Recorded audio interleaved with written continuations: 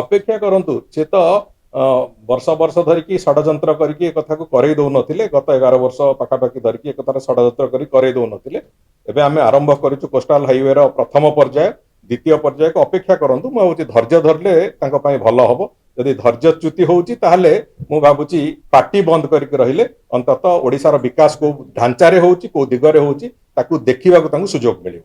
ଦେଖନ୍ତୁ ସେଥିରେ ଗୋଟିଏ କଥା ଥାଏ, ନ୍ୟାସନାଲ ହାଇୱେର ଗୋଟିଏ ପ୍ରିନ୍ସିପଲ ଥାଏ। ନ୍ୟାସନାଲ ହାଇୱେ ଅଥରିଟି ଯେତେବେଳେ କରନ୍ତି ସେମାନେ ଟେଣ୍ଡର କରିଦିଅନ୍ତି, କିନ୍ତୁ ଯେତେ ଦିନ ପର୍ଯ୍ୟନ୍ତ କ୍ୟାବିନେଟ କମିଟିର ଆପ୍ରୁଭାଲ ନ ମିଳିଥାଏ ସେତେ ଦିନ ତା ପୂର୍ବରୁ ଟେଣ୍ଡର ସେମାନେ କରିନିଅନ୍ତି। ଏଟା standard practice all over India.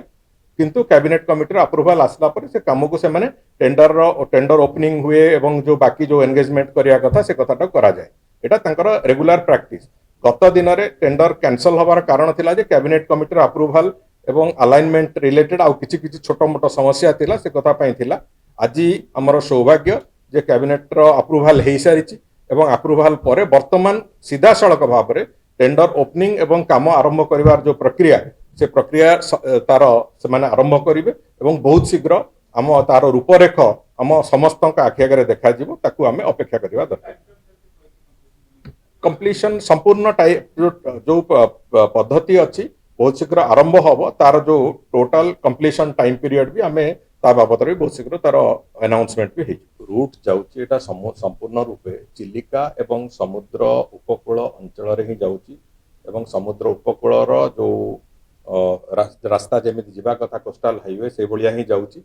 ମୁଁ ଭାବୁଛି ଯୋଉ ବାବୁମାନେ କହୁଛନ୍ତି ସେ ବାବୁମାନେ ଥରେ ତାର ଯୋଉ ମ୍ୟାପ୍ ଅଛି ସେ ମ୍ୟାପ୍ଟାକୁ ଏବଂ ଗୁଗୁଲ ମ୍ୟାପ୍ ଉପରେ ତାକୁ ସୁପର ଇମ୍ପୋଜ କରି ଥରେ ଦେଖନ୍ତୁ। ତାପରେ ତାଙ୍କର ଜ୍ଞାନ ଉଦୟ ହେଲା ପରେ ସେ କହିବେ।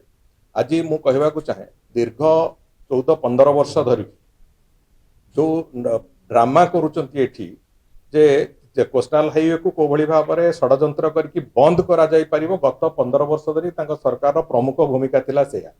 ଆମ ସରକାର ଆସିବା ପରେ କେନ୍ଦ୍ର ସରକାର ତାକୁ ଯେତେବେଳେ କୋଷ୍ଟାଲ ହାଇୱେର ପ୍ରକଳ୍ପର ସମ୍ପୂର୍ଣ୍ଣ ରୂପେ ଏକ ନୂଆ ରୂପରେଖ ନେଇକି ତାକୁ କେମିତି ଆସିବ ସେଥିପାଇଁ ଆରମ୍ଭ କଲେ। ମାନ୍ୟବର ପ୍ରଧାନମନ୍ତ୍ରୀଙ୍କର ଏଟା ଗୋଟେ ସ୍ୱପ୍ନର ପ୍ରକଳ୍ପ ଥିଲା କୋଷ୍ଟାଲ ହାଇୱେ ସବୁ ଜାଗାରେ ହବା କଥା। ସେ କଥାକୁ ତାର ରୁଟକୁ କୋଷ୍ଟାଲ ହାଇୱେ ଯୋଉ ଆଲାଇନମେଣ୍ଟ ହେଇଥିଲା ସେ ଆଲାଇନମେଣ୍ଟ ଯୋଉଟା ଗୋପାଳପୁରରୁ ବାହାରିବାର ଥିଲା ତାକୁ ବାରମ୍ବାର ବିଭିନ୍ନ ସମୟରେ ଷଡ଼ଯନ୍ତ୍ର କରିକି ବନ୍ଦ କରେଇକି ରଖିବା ପ୍ରକଳ୍ପକୁ ଏବଂ ସେ ପ୍ରକଳ୍ପକୁ କୌଣସି ପ୍ରକାର ସହଯୋଗ ନ କରିବା, ଆଲାଇନମେଣ୍ଟ ପ୍ରସ୍ତୁତରେ ବି ରାଜ୍ୟ ସରକାର ଅସହଯୋଗ କରିବା, ଇଏ କଥାକୁ କିଏ କରୁଥିଲା ସେ ପ୍ରଶ୍ନର ଉତ୍ତର ତ ନିଜେ ଦିଅନ୍ତୁ। ତେଣୁକରି ଆଜି ଯଦି କୋଷ୍ଟାଲ ହାଇୱେ ରାମେଶ୍ୱରରୁ ଯାଉଛି ଗୋପାଳପୁର ପରିବର୍ତ୍ତେ ସେଥିରେ ସବୁଠୁ ବଡ଼ ଷଡ଼ଯନ୍ତ୍ରକାରୀ ହେଉଛନ୍ତି ବିଜୁ ଜନତା ଦଳ ଏବଂ ଯୋଉ ବନ୍ଧୁ ଆମର ଯିଏ ପ୍ରେସ କନଫରେନ୍ସ କରିଛନ୍ତି ସିଏ ସେଥିରେ ଗୋଟେ ମେଜର ଗେମ୍ ଖେଳିଛନ୍ତି। ତାଙ୍କର ବ୍ରହ୍ମଗିରି କୋଉ ଅଞ୍ଚଳ ଦେଇକି ଗଲେ ତାଙ୍କର ନିଜସ୍ୱ ଲାଭ ହବ ସେ କଥାକୁ ବ୍ୟକ୍ତିଗତ ଲାଭ ହବ ସେ କଥାକୁ ଆଖି ଆଗରେ ରଖି ସେ କଥା କରିଥିଲେ ଏବଂ ଆଜି ସେଗୁଡାକ ଯଦି ପୁରା ଇତିହାସ ଖୋଲିଲେ ବହୁତ କଷ୍ଟ ହବ ସେମାନଙ୍କୁ।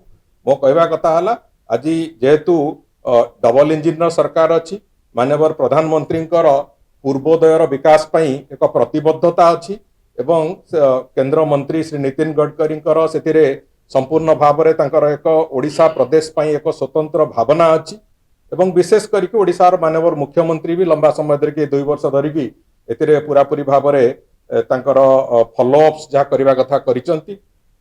ମାନ୍ୟବର କେନ୍ଦ୍ରମନ୍ତ୍ରୀ ଶ୍ରୀ ଧର୍ମେନ୍ଦ୍ର ପ୍ରଧାନ ବି ଗତ ପାଖାପାଖି 8 ବର୍ଷ ଧରିକି ଏ ପ୍ରକଳ୍ପ ବାବଦରେ ତାଙ୍କର ଡେ ଟୁ ଡେ ଫଲୋଅପ୍ କଲା ଭଳିଆ କେନ୍ଦ୍ର ସରକାରଙ୍କ ପାଖରେ ସେ କରିଛନ୍ତି। ଏ ସମସ୍ତଙ୍କୁ ମୁଁ ଧନ୍ୟବାଦ ଦେବି ନିଶ୍ଚିତ ଭାବରେ ଯେ ଏ ଯୋଉ କୋଷ୍ଟାଲ ହାଇୱେ ଏ ଆଗାମୀ ଦିନରେ ଓଡ଼ିଶାର କେବଳ ପର୍ଯ୍ୟଟନ କ୍ଷେତ୍ର ନୁହେଁ, ଓଡ଼ିଶାର କମର୍ସିଆଲ ଡେଭଲପମେଣ୍ଟରେ ଇକୋନୋମିକ ଡେଭଲପମେଣ୍ଟରେ ଏକ ପ୍ରମୁଖ ଭୂମିକା ନେବ। ସେଇ ଦୃଷ୍ଟିକୋଣରୁ କୋଷ୍ଟାଲ ହାଇୱେକୁ ଯାହା ଆଜି ଏକ ରୂପରେଖ ନେବାକୁ ଆରମ୍ଭ କରିଛି ଆକୁ ସ୍ୱାଗତ କରିବା ବଦଳରେ ଯୋଉମାନେ ଆକୁ ବିରୋଧ କରିବାକୁ ପାଟି ଖୋଲୁଛନ୍ତି ସେମାନେ ଓଡ଼ିଶାର ବିକାଶ ବିରୋଧୀ, ଓଡ଼ିଶାର ବିକାଶ ହଉ ବୋଲି ସେମାନେ ଚାହାନ୍ତି ନାହିଁ ଏବଂ ଓଡ଼ିଶାର ସ୍ୱାର୍ଥ ବିରୁଦ୍ଧରେ ଷଡ଼ଯନ୍ତ୍ର କରୁଥିବା ଲୋକମାନେ ଏଇଭଳିଆ ଲୋକମାନେ ହିଁ ଏ କଥାକୁ ବିରୋଧ କରିପାରିବେ। ଆବସଲ୍ୟୁଟଲି ନୁହେଁ, ଆବସଲ୍ୟୁଟଲି ଯୋଉ ହେଇଛି ଏବେ ଯୋଉ ଆଲାଇନମେଣ୍ଟ ହେଇଛି ରାମେଶ୍ୱରରୁ ଚିଲିକା କୂଳ ହେଇକି ବ୍ରହ୍ମଗିରି ହେଇକି ସେଟା ଯାଉଛି ଯୋଉଟା ସାତପଡ଼ା ବ୍ରହ୍ମଗିରି ହେଇକି ସେ ଯାଉଛି କାକଟପୁର, କାକଟପୁରଠୁ ପୁରାପୁରି ଭାବରେ ସମୁଦ୍ର କୂଳରେ କୂଳରେ ପାରାଦୀପ ଯାଉଛି ଏବଂ ଆ ପରବର୍ତ୍ତୀ ପର୍ଯ୍ୟାୟରେ ଯୋଉଟା ଅଛି ସେଟାକୁ ତାପରେ ସେ ଆଲାଇନମେଣ୍ଟ ସେମାନେ ଫାଇନାଲାଇଜ କରିବେ।